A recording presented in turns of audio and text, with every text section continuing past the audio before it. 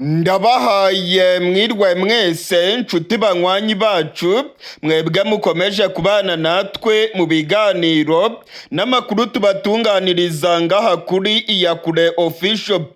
Iyakure Official ni imboneshakure imwe rudende ibashitsa ko amakuru yizewe, amakuru atosoye, amakuru aba yatogojwe n'itsinda ry'abamenyesha amakuru b'inzobere mu karere k'ibiyaga binini, maze tukayabashikiriza mu buryo bwihuse. Turi kw'igenekerezo rya 24 ukwezi kwa kabiri umwaka w'ibihumbi 2025. Koloneli Ndikumagenge Osikari w'igisirikare cy'u Burundi yatorotse imirwano mu gace ka Uvira yerekeza muri Tanzania. Ndasubiramwo. Koloneli Ndikumagenge w'igisirikare cy'u Burundi yatorotse igisirikare cy'u Burundi yerekeza mu gihugu cya Tanzania. Amakuru aremeza neza ko Koloneli Ndikumagenge Osikari yahungiye mu gihugu cya Tanzania. Ibingibi bije bikurikirana n'abandi basirikare batorotse imirwano maze bagahungira mu gihugu cya Tanzania banyuze mu ruzi rwa Tanganyika. Amakuru aremeza neza ko abasirikare b'u Burundi cyane cyane abafite amapeta akomeye bagiye batoroka imirwano muri Kongo bagahungira mu gihugu cya Tanzania. Amakuru aremeza ko ku munsi w'ejo kw'igenekerezo rya 23 mu masaha ya gatondo aribwo byamenyekanye ko Koloneli Ndikumagenge Osikari yamaze kugera mu gihugu cya Tanzania anyuze muri Tanganyika. Aya ni amakuru yemejwe n'amasoko yacu mu gisirikare cy'u Burundi ndetse yemejwe n'amasoko yacu muri Tanzania. Amakuru yizewe tuvana mu gisirikare cy'u Burundi yemeza ko Koloneli Ndikumagenge Osikari yarungitswe muri Kongo mu mpera z'umwaka w'ibihumbi 2024. Yarungitswe muri Kongo ubwo yoherezwaga kurwanira muri teritwari ya Masisi. Yagiye atsindwa urugamba agakomeza guhunga kugeza ubwo yisanze muri Kivu y'Amajyepfo mu gace ka Uvira. Amakuru rero aremeza ko Koloneli Osikari Ndikumagenge ubungubu yamaze gutoroka igisirikare cy'u Burundi ndetse akaba yamaze kwaka ubuhungiro mu gihugu cya Tanzania nk'uko amakuru arimo kutugeraho arimo kubyemeza. Uyu mukoloneli agiye akurikirana n'abandi basirikare batatu bafite ipeta rya liyetona ndetse n'undi musirikare umwe watorotse imirwano agahungira muri Tanzania nawe afite ipeta rya majoro. Igisirikare cy'u Burundi kirimo kiravuga yuko ibirimo kubera mu gace ka Uvira ari akamaramaza. Amakuru arimo kutugeraho aravuga ko General Neva yabuze ayacira n'ayamira. Abasirikare benshi b'u Burundi bishikanye muri M23 ndetse abarwanyi ba M23 bacakiye matekwa abandi basirikare benshi mu gace ka Uvira muri Kivu y'Amajyepfo. Ibintu byagiye bishyira mu kaga ubutegetsi bwa General Neva kuko abarwanyi ba M23 bamaze kugenzura imipaka ihuza Burundi na Kongo. Imisozi ya Uvira irimo kugenzurwa n'abarwanyi ba M23. Ubutegetsi bwa Gitega bukavuga ko ari ibyago bikomeye cyane ku mujyi wa Bujumbura ndetse ko ubutegetsi bwa General Neva bugeramiwe. Iyi nkuru yemeza ko Koloneli Ndikumagenge Osikari yamaze guhungira muri Tanzania yemejwe n'amasoko yacu akomeye mu gisirikare cy'u Burundi. Umwe mu basirikare afite ipeta rya majoro yabwiye umumenyesha makuru wacu ko abasirikare benshi b'u Burundi barimo gushaka gutoroka igisirikare, ngo barimo kubura akaryo ko gutoroka naho ubundi ngo bamaze kurambirwa intambara barimo kurwana mu buseruko bwa Kongo. Uyu Koloneli Ndikumagenge wagiye kurwanira muri Kongo ngo bamwoherejeyo n'ubundi bashaka ko apfira muri Kongo, ngo yari afitanye ibibazo n'uburongozi bw'igisirikare cy'u Burundi. Koloneli Ndikumagenge Osikari akomoka mu bwoko bw'abatutsi. Amakuru akavuga yuko General Prime Niyongabo ndetse na General Neva bamwohereje muri Kongo bagira ngo apfireyo, dore ko abo mu bwoko bw'abatutsi barimo kubohereza cyane muri Kongo kugira ngo bajye gupfira ku rugamba. Amakuru kandi akavuga ko abahoze mu gisirikare cya kera ex-FAB nabo barimo kubarungika cyane muri Kongo kugira ngo bajye gupfirayo, kuko CNDD-FDD ivuga ko abo mu bwoko bw'abatutsi ndetse n'abahoze muri ex-FAB abangaba ngo ni ikibazo gikomeye cyane ku ntwaro ya General Neva. Amakuru arimo kutugeraho avuye mu gace ka Uvira muri Kivu y'Amajyepfo aravuga ko abandi basirikare bakomeye b'igihugu cy'u Burundi nabo baba bari muri Tanganyika barimo kwerekeza mu gihugu cya Tanzania. Abasirikare b'u Burundi bagiye kurwana muri Kongo bamaze kurambirwa izi ntambara, benshi cyane barimo komoka bagahungira muri Tanzania. Amakuru rero akemeza ko igisirikare cy'u Burundi kirimo kumaramara muri Kongo. Abana b'u Burundi bagiye bita kuri Songoye muri Kongo, ndetse abafashwe matekwa n'abarwanyi ba M23 ubutegetsi bwa Gitega bwarabihakanye. Amakuru twamenye nuko ubutegetsi bwa Gitega buvuga ko abacakiwe ari abo mu bwoko bw'abatutsi ndetse n'abahoze muri ex-FAB. Abangaba rero ngo nta kamaro bafite kuri CNDD-FDD, nibashaka bazapfire muri Kongo. Niko waduhaye amakuru mu gisirikare cy'u Burundi yabitwiganiye ku mbonesha kure yacu iya Kure Official. Amakuru dufite kandi aremeza ko General Evaristo Ndayishimiye muri iyi minsi ari mu bibazo bikomeye cyane, kuko atarimo kumvikana n'intwazangabo zikomeye mu gihugu cy'u Burundi. Abajenerali bakomeye bamubwiye yuko arimo gukora ikosa rikomeye ryo gukomeza kohereza abasirikare b'abatutsi muri Kongo. Abajenerali barimo Generali Prime Niyongabo ndetse na Generali Kirapanze babwiye umukuru w'igihugu ko ibingibi bishobora kuzateza indyane mu gisirikare, ndetse n'abanyagihugu nabo bakaba bagumuka babona ko Generali Neva arimo kugenda arobanura abasirikare.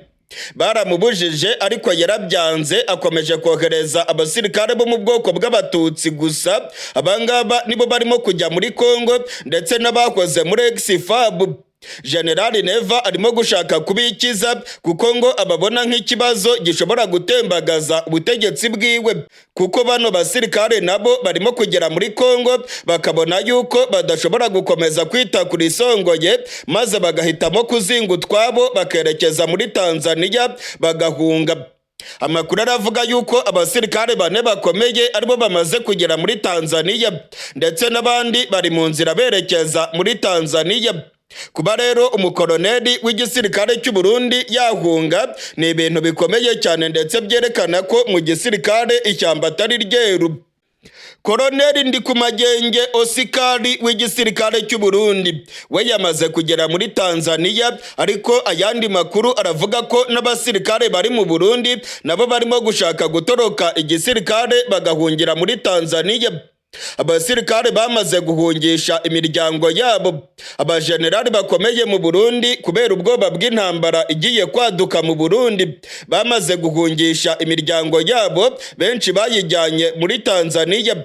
Mu gihugu cy'u Burundi hari ubwoba bw'intambara ikomeye cyane. Leta Zunze Ubumwe za Amerika zamaze kuburira abaturage bazo bari mu Burundi ko bagomba kuva muri kino gihugu vuba na bwangu. Abaturage bafite amafaranga nabo barimo kuva mu Burundi bagahungira mu gihugu cya Tanzania.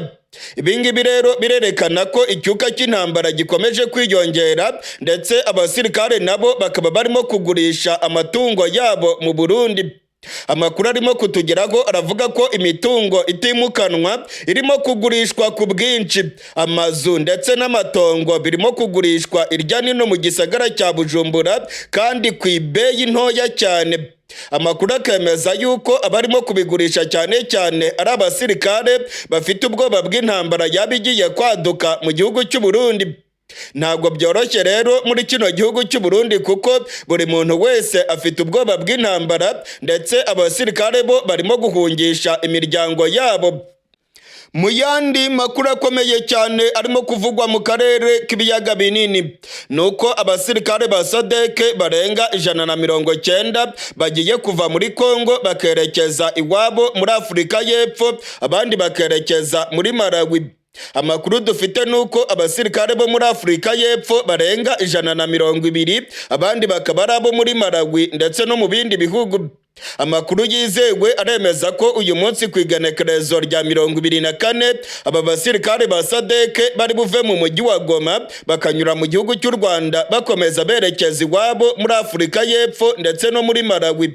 Akamaramaza nuko muri bano basirikare ba SADC harimo abasirikare batwite, harimo abasirikare bibungenze batewe inda bageze mu buseruko bwa Kongo, ndetse amakuru akemeza yuko abigeme bo muri Afurika y'Epfo birirwaga basambana mu mahoteli yo mu mujyi wa Goma.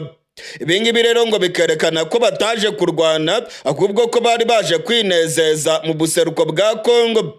Babiri mu basirikare ba Afurika y'Epfo baratwite, ndetse abangaba nabo bari butage iwabo muri Afurika y'Epfo kugira ngo bajye gukurikiranwa nk'ababyeyi batwite.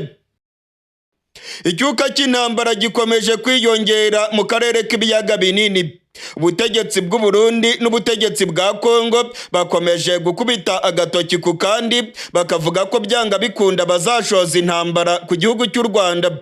Indege z'intambara z'igihugu cya Kongo zikomeje kugera mu gihugu cy'u Burundi. Abasirikare b'ibihugu by'amahanga bakomeje kugera ku kibuga cy'indege cyitiriwe Melchior Ndadaye i Bujumbura. Amakuru atugeraho yemeza ko aba basirikare bafite misiyo yo kurwanya M23 ndetse ngo bakazafasha Tshisekedi kurwana n'igihugu cy'u Rwanda. Abasirikare ba Afurika y'Epfo bakomeje kwiyongera mu gihugu cy'u Burundi. Abasirikare ba Chad nabo bakomeje kugera ku kibuga cy'indege i Bujumbura.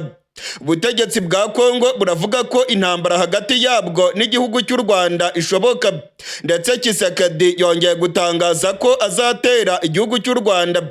Tshisekedi avuga ko u Rwanda ari rwo rufasha M23 ndetse ko abasirikare b'u Rwanda bari muri Kongo. Tshisekedi avuga ko ibice byose M23 yigaruriye ari abakomando b'igisirikare cy'u Rwanda babicakiye. Tshisekedi avuga ko M23 nta mbaraga ifite, ahubwo ko abasirikare b'u Rwanda aribo barimo kwigarurira ubutaka bwa Kongo. Tshisekedi rero akavuga ko byanga bikunda azarwana n'igihugu cy'u Rwanda. Muri iyi minsi Tshisekedi arimo kuzana abasirikare benshi cyane, arimo kuvana irya nino ku isi. Abasirikare ba Afurika y'Epfo, abasirikare ba Chad, Abarundi, abacancuro bose bakomeje kugera i Bujumbura. Umugambi n'umwe, ngo ni ukurwanya M23 ndetse ngo bakarwana n'igihugu cy'u Rwanda. Amakuru yamaze kumenyekana aremeza ko igihugu cya Mali nacyo ngo cyiteguye kohereza abasirikare muri Kongo maze ngo bakarwanya M23 ndetse ngo bagafasha Tshisekedi kurwanya igihugu cy'u Rwanda. Mali nayo yamaze kwinjira mu bihugu bigiye kohereza abasirikare muri Kongo. Amakuru yizewe yamaze kumenyekana nuko igihugu cya Mali cyamaze kwemerera ubutegetsi bwa Tshisekedi ko iki gihugu kizabafasha kurwana na M23. Minisitiri w'ubutabera Bwana Constant Mutamba yagiye i Bamako mu gihugu cya Mali aho yaganiriye na Assimi Goïta urongoye igihugu cya Mali. Yaramugejejeho ubutumwa bukomeye bwa Tshisekedi bumusaba ko Repubulika Iharanira Demokarasi ya Kongo yahabwa abasirikare maze bakarwanya M23. Assimi Goïta urongoye igihugu cya Mali ngo yiteguye rwose kohereza abasirikare muri Kongo maze ngo bagafasha Tshisekedi kurwanya M23. Imigambi ya Tshisekedi n'ubutegetsi bwa Gitega ngo nuko bazatsinda M23 maze ngo bamara kuyitsinda bakarwana n'igihugu cy'u Rwanda. General Neva akomeje gutera inkunga FDLR. Imyimenyerezo ikomeye cyane ikomeje kubera mu gihugu cy'u Burundi aho imbonerakure ndetse n'abasirikare b'u Burundi barimo gukora imyimenyerezo bavuga yuko bashaka gutera igihugu cy'u Rwanda. Abasirikare b'u Burundi bafite intwaro zikomeye bamaze kuryamira amajanja ku mipaka y'u Burundi n'igihugu cy'u Rwanda. Mu bice bitandukanye bihana imbibe n'igihugu cy'u Rwanda, abasirikare n'intwaro zikomeye barimo kugaragara ku mipaka y'u Burundi. Muri Kayanza, muri Kirundo ndetse na Cibitoke, ibitwaro bikomeye by'u Burundi birimo biragaragara ku mupaka. Ibingibi rero ni ikimenyetso cyerekana ko abarundi barimo kwitegura intambara, ndetse General Neva akaba yarabateguje ko umwanzi wabo ari u Rwanda kandi ko u Rwanda rushaka kugaba ibitero mu Burundi.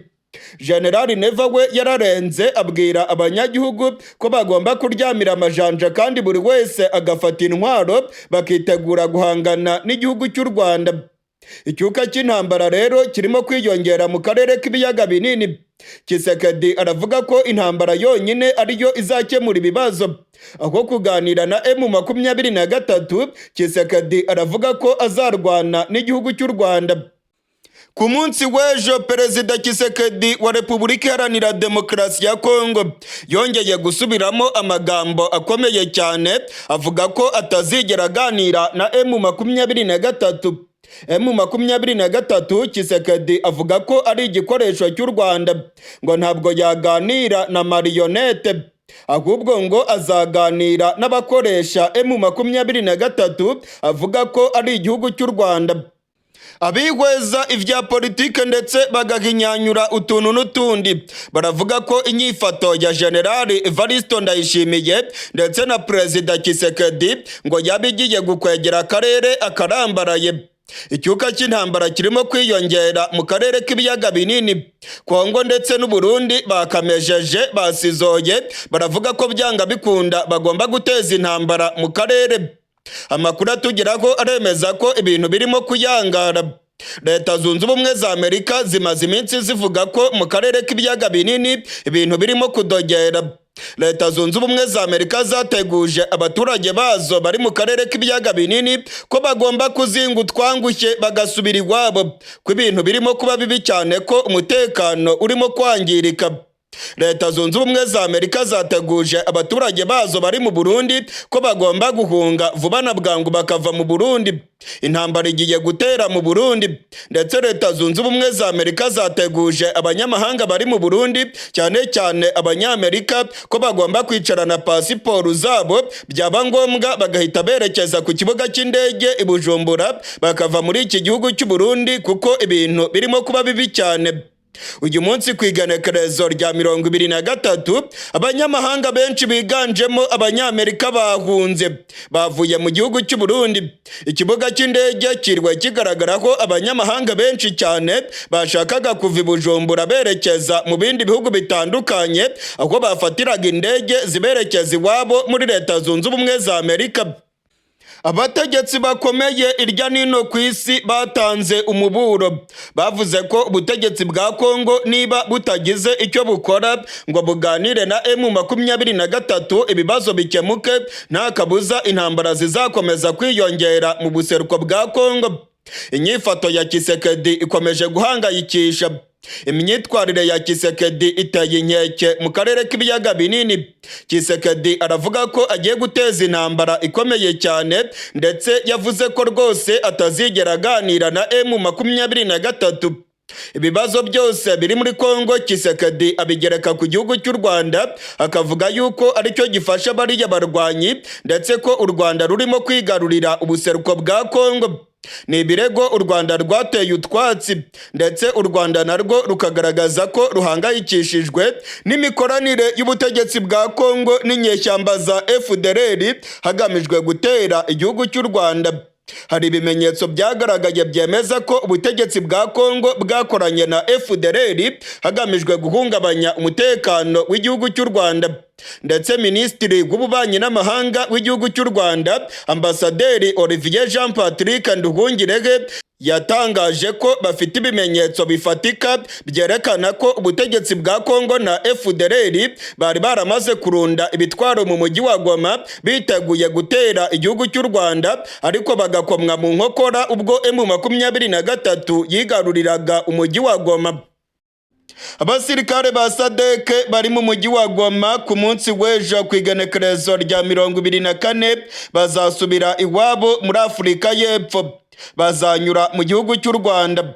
Amakuru yizewe yamaze gutangazwa na M23 aremeza ko ku munsi w'ejo ku igenekerezo rya 24 abasirikare barenga 190 ba SADC bazanyura mu gihugu cy'u Rwanda bakerekeza iwabo muri Afurika y'Epfo.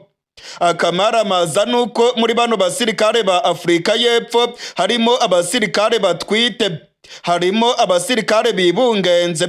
Abapfasoni babiri muri bano basirikare ba Afurika y'Epfo baribungenze. ni ibintu biriko biravugwaho cyane ku mbuga ngurukana bumenyi. Ubwo M23 yari irimo kurwana ku rugamba, abapfasoni bo muri Afurika y'Epfo ndetse n'abasirikare ba SADC bari bariko bararangura amabanga y'abubatse. Amakuru yamaze kumenyekana nuko ku munsi w'ejo abasirikare ba Afurika y'Epfo barenga 190 bazurira indege bagasubira iwabo muri Afurika y'Epfo. Bazava muri Kongo banyure mu gihugu cy'u Rwanda babone kwerekeza muri Afurika y'Epfo. Ubwo aya makuru yatangazwaga, icyatunguye abantu ni ukumva ko muri bano basirikare ba Afurika y'Epfo harimo abagore babiri batwite. Abapfasoni babiri baribungenze. Bano bapfasoni ubwo bageraga mu buseruko bwa Kongo ntabwo bari bibungenze, ndetse bano bapfasoni ntabwo bazanye nabo bubakanye mu miryango yabo. Nta numwe ufite umugabo wiwe waje muri Kongo. Ibingibi bisiguye ko izi nda bazitewe n'abandi basirikare cyangwa se abandi bantu bahuye nabo mu buseruko bwa Kongo. Ku mbuga ngurukana bumenyi abantu bariko barabivugaho byinshi. Baravuga ko mu gihe urugamba rwari rukomeye, abagore bo muri Afurika y'Epfo bari bariko bararangura amabanga y'abubatse, ndetse amakuru akavuga yuko bagenzi babo bo muri SADC aribo babaga birirwanye, ndetse ngo ni nabo bakoranaga aya mabanga y'abubatse. Ibingibi rero ngo birerekana igisirikare kitari ikinyamwuga, ndetse ngo birerekana ko rwose aba basirikare bataje kurwana, ahubwo ngo bari baje kuronka ibyishimo ku mucanga wa Goma. Ngo birirwaga mu mahoteli ndetse no ku micanga ya Goma bariko bararyoshya ndetse bagakora iby'amabanga y'abubatse. Abanyagihugu ba Kongo baravuga ko bagiye babona abasirikare ba SADC banyura mu mahoteli ahenze mu mujyi wa Goma. Abapfasoni bo mu basirikare ba SADC ngo bakundaga gusohokera mu mahoteli ya Serena mu mujyi wa Goma, ndetse ngo hari n'abakomanda ba Afurika y'Epfo batwaraga abagore bo mu gisirikare bakabajyana mu mahoteli mu mujyi wa Goma. Nakamaramaza ibirimo kubera mu mujyi wa Goma. Mu gihe amasase yari arimo guca ibintu ku rubuga rw'imirwano, abasirikare ba Afurika y'Epfo bari barimo kwinezeza, bariko bararangura amabanga y'abubatse mu buseruko bwa Kongo. Nshuti banywanyi bacu ndetse namwe mubana natwe mu biganiro bya Iyakure Official, ndabamenyesha ko abasirikare ba SADC bamaze iminsi barimo gutabaza basaba ibihugu byabo kubavana mu mujyi wa Goma. Abasirikare ba SADC bamaze iminsi batakambira M23 ngo ibafashe bave muri uyu mujyi wa Goma bataha iwabo. Kuri bano bagore batwite bo ni ikibazo gikomeye cyane. Baravuga yuko bakeneye gutaha iwabo bakajya kwita ku bana batwite. Bano bagore boherejwe muri Kongo nta nda bafite, ndetse ibingibi bisiguye ko ibikorwa byo gutwita byabereye mu buseruko bwa Kongo. Abanyagihugu ba Kongo baravuga ko bano basirikare ba SADC bari baraje gutembera, ngo bari baraje mu bukerarugendo, ngo birirwaga bitemberera mu mujyi wa Goma. Abakomanda babo bakabasohokana mu mahoteli mu mujyi wa Goma, ngo nta kindi rero bagombaga gucyura usibye gucyura inda batwite bibungenze. Amakuru atugeraho aravuga ko ku munsi w'ejo bano basirikare barenga 190 bazurira indege mu gihugu cy'u Rwanda bakerekeza muri Afurika y'Epfo. Byari biteganijwe ko uyu munsi aribwo bagomba kuva mu mujyi wa Goma, ariko byaje guhinduka, bazava i Goma ku munsi w'ejo ku igenekerezo rya 24 nk'uko amakuru twavanye muri M23 arimo kubyemeza. SADC ivuye mu mujyi wa Goma n'ikimwaro cyinshi. Abasirikare ba SADC bari baravuze ko batazaca mu gihugu cy'u Rwanda. Abasirikare ba SADC bashatse kuva mu mujyi wa Goma, ariko inzira yabaye ikibazo. Bavugaga ko bagomba gukoresha ikibuga cy'indege cya Goma. M23 yarabyanze, ndetse yavuze ko ikibuga cy'indege cya Goma gifunze. Ngo hari ibitwaro biri ku kibuga cy'indege biturika bitari byaturitswa, kandi ngo ikibuga cy'indege cyarangiritse ntabwo cyakoreshwa muri iyi minsi. Inzira yonyine ihari yo kuva mu mujyi wa Goma ni ugukoresha ubwato bakerekeza muri Kivu y'Amajyepfo. Kivu y'Amajyepfo kandi nayo irimo kugenzurwa n'abarwanyi ba M23.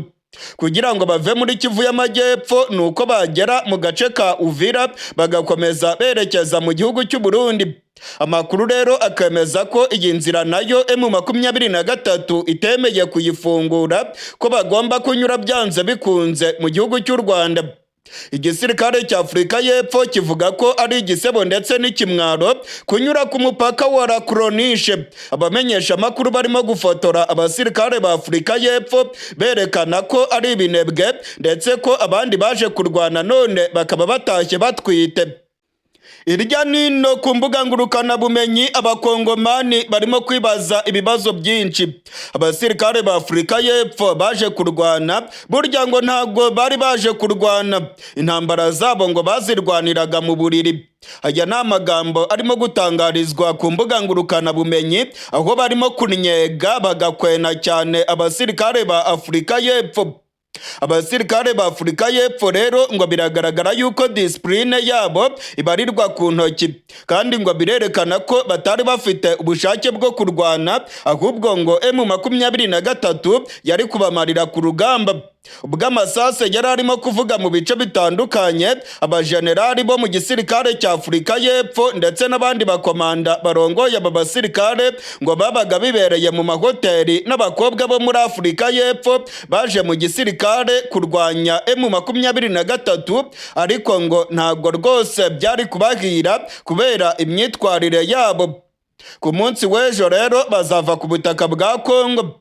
Muzababona abagore batwite barimo kunyura ku mupaka w'u Rwanda na Kongo hariya kuri Lac-Roniche mu mujyi wa Gisenyi. Amakuru aremeza yuko abasirikare bandi ba Afurika y'Epfo basigaye mu mujyi wa Goma nabo harimo gushakishwa uburyo bava muri uriya mujyi.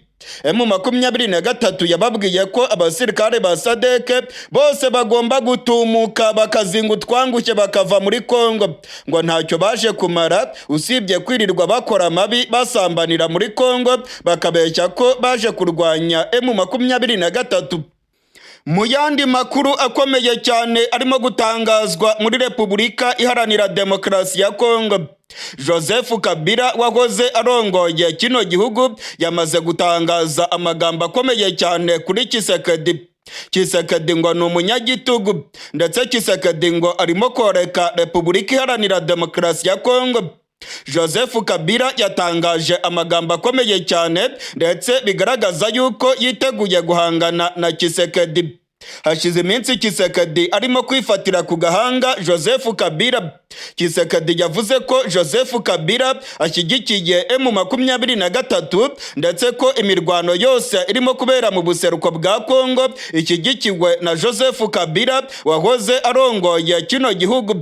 Joseph Kabila rero nawe yatangaje amagambo akomeye, yavuze ko Tshisekedi ari ikinebwe kurongora igihugu byamunaniye, ubuyobozi bubi ngo nibwo burimo koreka igihugu cya Kongo. Joseph Kabila yavuze ko Tshisekedi arimo guteza ibibazo byinshi muri Kongo, ndetse ko arimo koreka abakongomani.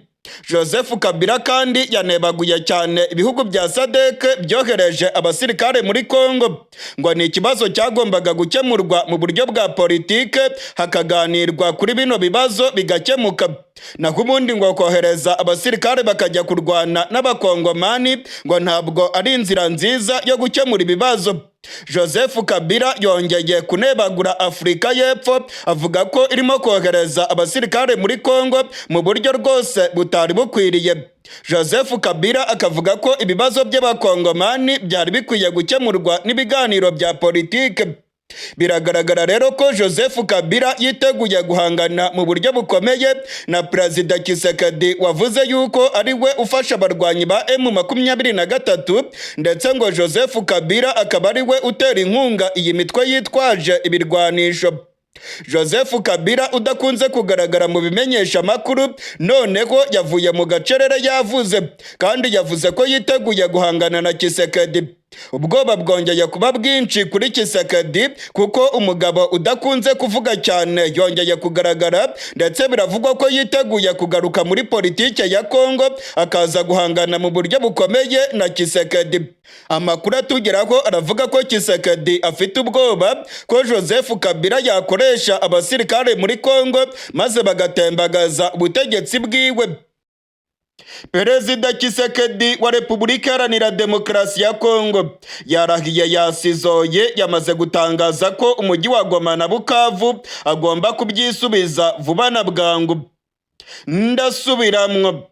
Tshisekedi yarahiye arirenga avuga yuko umujyi wa Goma ndetse n'umujyi wa Bukavu igisirikare cya Kongo kigomba kuyisubirana vuba na bwangu. Ibingibi Tshisekedi yabitangaje ku munsi w'ejo i Kinshasa ubwo yahuraga n'abayoboke ba UDPS. Amakuru aremeza ko Tshisekedi yabivuze ashize amanga ndetse akemeza ko ibice byose M23 yigaruriye abasirikare ba Kongo bagomba kubisubirana. Ngo byanga bikunda ibice byose ubutegetsi bwa Kinshasa buzabisubirana, haba ku neza cyangwa ku nabi, haba ku biganiro cyangwa se ku ruhembe rw'umuheto. Ubutegetsi bwa Kongo ngo bugomba kwisubiza umujyi wa Goma na Bukavu. Amakuru yamaze kumenyekana nuko Perezida Tshisekedi yaganiriye na Leta Zunze Ubumwe za Amerika akazemerera ko azaziha amabuye y'agaciro yose ya Kongo bifuza, maze nabo bakamufasha kurwanya M23 n'igihugu cy'u Rwanda avuga ko aricyo gifasha bano barwanyi. Ndasubiramwo. Tshisekedi yemereye Leta Zunze Ubumwe za Amerika kuziha amabuye y'agaciro yose zizifuza muri Kongo, ariko nazo zikamufasha kurwanya M23 ndetse n'igihugu cy'u Rwanda avuga ko aricyo gifasha M23. Amakuru yatangiye kumenyekana ndetse amakuru arimo kuva muri Leta Zunze Ubumwe za Amerika aremeza ko ubutegetsi bwa Kongo bwaganiriye n'ibyegera bya Perezida Trump. Amakuru aremeza ko ibyegera bya Trump byamaze kumwumvisha neza ko Tshisekedi yiteguye gutanga imitungo kamere ya Kongo kuri Leta Zunze Ubumwe za Amerika, maze Leta Zunze Ubumwe za Amerika nazo zikagira ijambo rikomeye mu guhagarika intambara muri Kongo ndetse no kujya ku ruhande rwa Tshisekedi agatsinda iriya ntambara arimo kurwana na M23.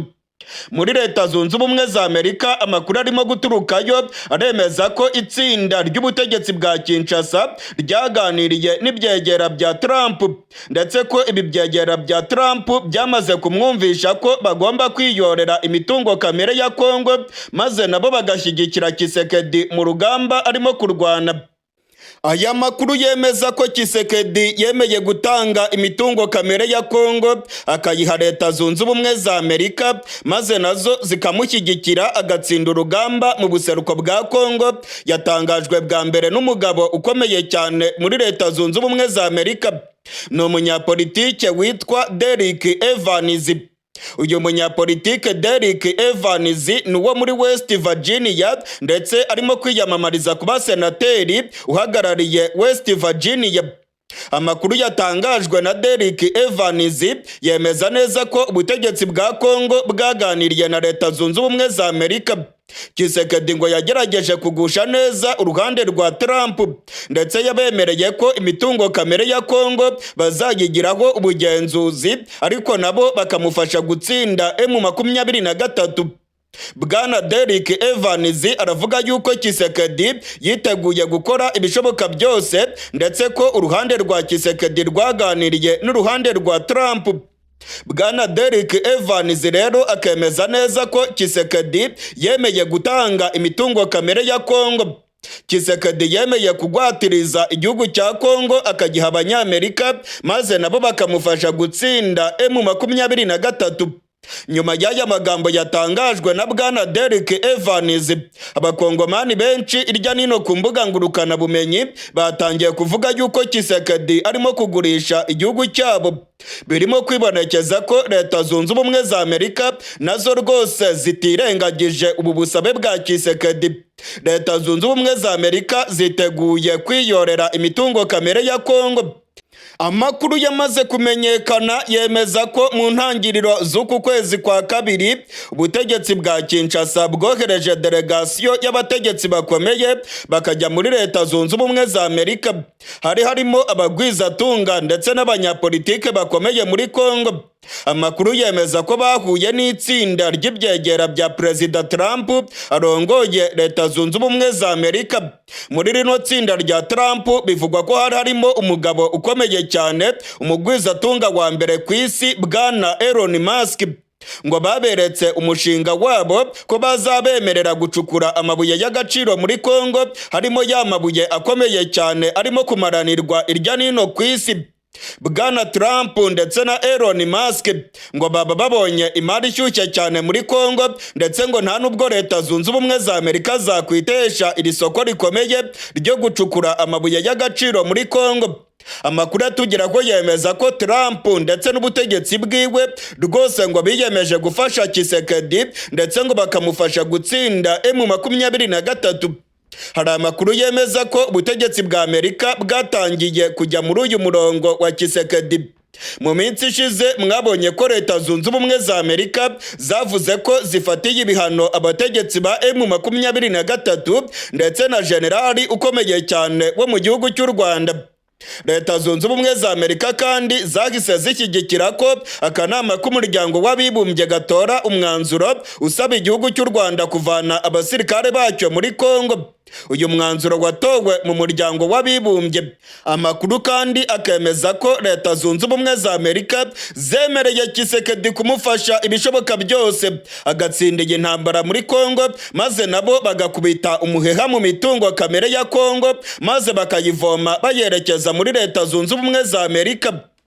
Nyuma y'ibiganiro Tshisekedi yagiranye n'umunyamabanga wa Leta Zunze Ubumwe za Amerika ajejwe ububanyi n'amahanga, bwana Marco Rubio, Tshisekedi ngo yagize icyizere ko Leta Zunze Ubumwe za Amerika zigiye kumufasha muri iyi ntambara.